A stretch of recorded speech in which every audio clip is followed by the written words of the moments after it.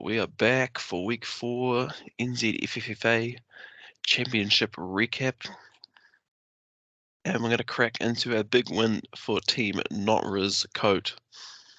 Xander's Bolo team not doing a lot, and Notras Coat had hurt Derrick Henry and Nico Collins. Man, Nico Collins, that is just astounding with a rookie quarterback. It's hard to believe there's any startable pieces in an offense with a rookie quarterback, and you've kind of got 3, Pierce, Collins, and Tank Dell. In a pinch, Robert Woods, so Stroud is doing a great job there.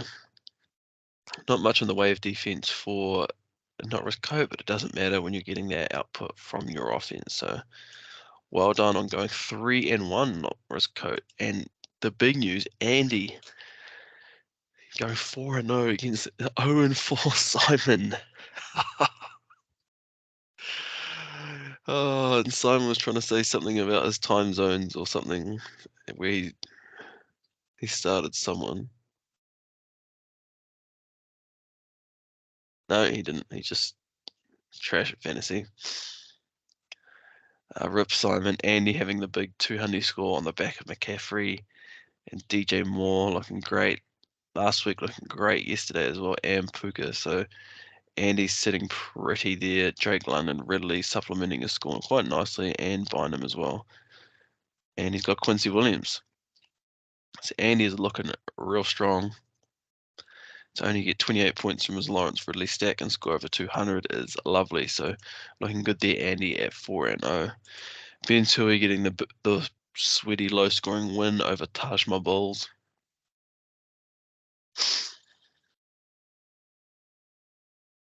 There's not a lot really to say about this matchup because Sam has lost a lot of players through injury, so he's gonna struggle to remain in the championship. Not gonna lie, like he's 1-3, so he's gonna be near the bottom. So Ben, you're lucky that on a low-scoring week you also face an opponent with a low score, because there's nothing on this in that matchup worth reviewing. Same here with him, although 170 is alright. 170 is about average. So if you win with an average score, you take it. But wood is actually slightly concerning when you score 170 and 50 of that comes from your quarterback. That is crazy, because that means you didn't get a lot of anything else from anyone. As we go through this lineup, he just hit Jordan Brooks and Uchenna and Wosu, both for 260. And the Giants are trash. So you got 100 points pretty much come from 3 players. So although that's a good win, and the first win of the season, Ham Newton should be looking to make some moves from now on, because, yeah, that you're not in a great position. Easy Breezy just with a down week. Brees Hall, Jameer Gibbs not doing much. Olave doing nothing. Excuse me. Waddle, Miami just relying on the run game at the moment, so then Cook and Reed, good team, but just a down week, so. And Derwin James out rip. He was inactive. Wake up and hear Khalil Herbert on the bench. Okay, so there is some hope, but I don't think we're going to see these numbers from Khalil Herbert very often, because Denver's defense is rubbish. And then the big 236 from Andreas Cooper, also going 4-0. So got the battle of him and Andy for the lead of the league right now. Blake's tight end strat is clearly not working, even when he has Kyron Williams. Kirk, Sutton, Hawkstrap, Andrews, Waller, Kittle. Yeah, the problem when you draft these tight ends is that they do have ceiling, but their floor is so low. Like, you'd never think that Hawkinson's floor would be 2 catches for 24, but it was. Waller, Daniel Jones just can't throw the ball, so that's that. And then the 49ers win, they crush so hard that sometimes they actually only need Kittle to catch a pass, because McCaffrey's just going to take 20 carries for 200 yards and 5 touchdowns. So, yeah, it's a tough one, Blake, but you would have got smoked regardless, because Dre had a huge score. He had another big week from Achan, AJ Brown. Pittman with a down week. And Ayuk. And who do we have on defense? Blankenship, Ernst Jones, Hicks. Yeah, solid outing. No like amazing performances, but a lot of like low tens, and they stack up. And that's really what you want for defense. These cheap guys that no one really cares about, that can just get you 10 points every week. And that's going to build you a nice base so that when your offensive guys pop off, like AJ Brown going for 40, you'll get these plus 200 scores. So well done, Dre. Your team is looking good, along with Andy's and Jeremy with the win over Fire Breathers. A lower scoring matchup. It's about on par with what you'd expect. Jeremy getting the... Wait, did he have Fields? Or did you trade Fields? What's up with that name? Oh, true. Yeah, I suppose his name is Justin also. My bad. Moss, Mixon, Adams, Derbs, Jefferson, Madison. Yeah, I mean, that's just a solid performance. Nothing really too amazing. Jefferson obviously with a good game, and then Herbert having a good game. And on the other side, Fire Breathers only had Fields, and everyone else did pretty much nothing. Oh, Josh Jacobs had a good game. That's 11 targets. Jeez. I tried to trade Jamie, DJ Moore, and Ramondre Stevenson for Josh Jacobs. Thank goodness he declined, because otherwise I wouldn't have got that big 52-point game from him yesterday. So shout out Jamie. Fire Breathers, you should not have two quarterbacks on your bench, bro. That is not good. When you're in the spot that you're in and you have Fields, you just need to drop both those guys and pick up some random dudes off waivers. That is not good. So if we look here, we've got Andy and Dre top of the table at 4-0. We've got 1-0-4, which no surprise is Simon, who's getting absolutely pounded in the backside. Wowzers. He has had, who's the next highest points against? Might be Jerry there. 740.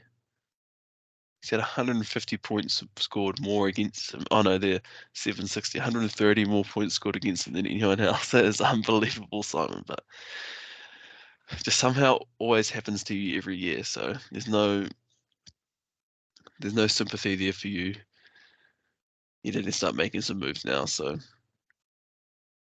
let's have a look at the trades.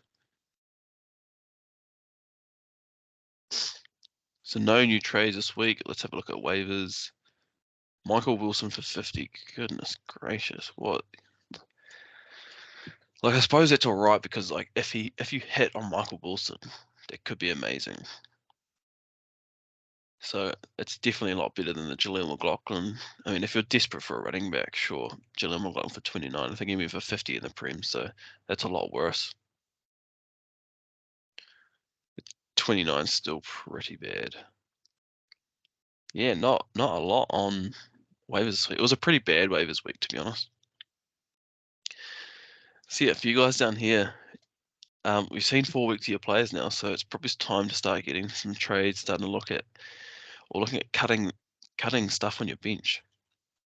Because sometimes that can be the biggest hindrance. Like if we go to Taj my balls,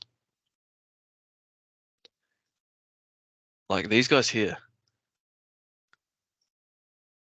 Dowdle, Jones, Harris, and Joku, they're just tanking your bench because you're never going to play them and you're waiting for an injury to happen before you can actually use them. You're not playing Dowdle because you don't know. You're better off having someone like Rondale Moore, Juju Smith-Schuster, Marquez Valdez-Scantling, Isaiah Hodgins. These guys, yes, they have very small roles, limited roles, but at least they are on the field and have the potential to blow up for a big game. You never know, you could get a big MVS touchdown at some point. He always has those big weeks. He hasn't had any of those yet, but the possibility is there. Same with Rondale Moore. He had a 17-point game because he rushed for a touchdown. It's not letting me slide across.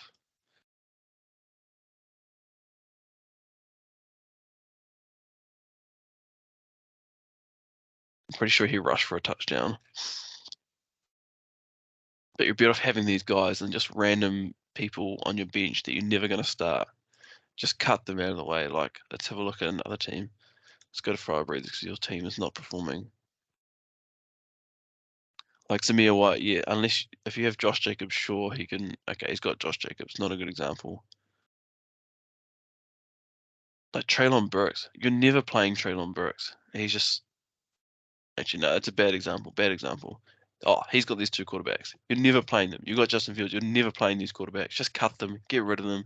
Put Rondale Moore on your bench. Put Juju on your bench. Simon, let's have a look. Who's his quarterback? You got Anthony Richardson. You're never playing. You're never playing Deshaun Watson. You're never playing Devin Singletary. Just get rid of them. Get someone with some upside on your bench so that when you get these holes and T. Higgins is injured, you just put Rondo Moore in because you're not going to put in Singletary. That is garbage. So anyway, get trading, get your players moving.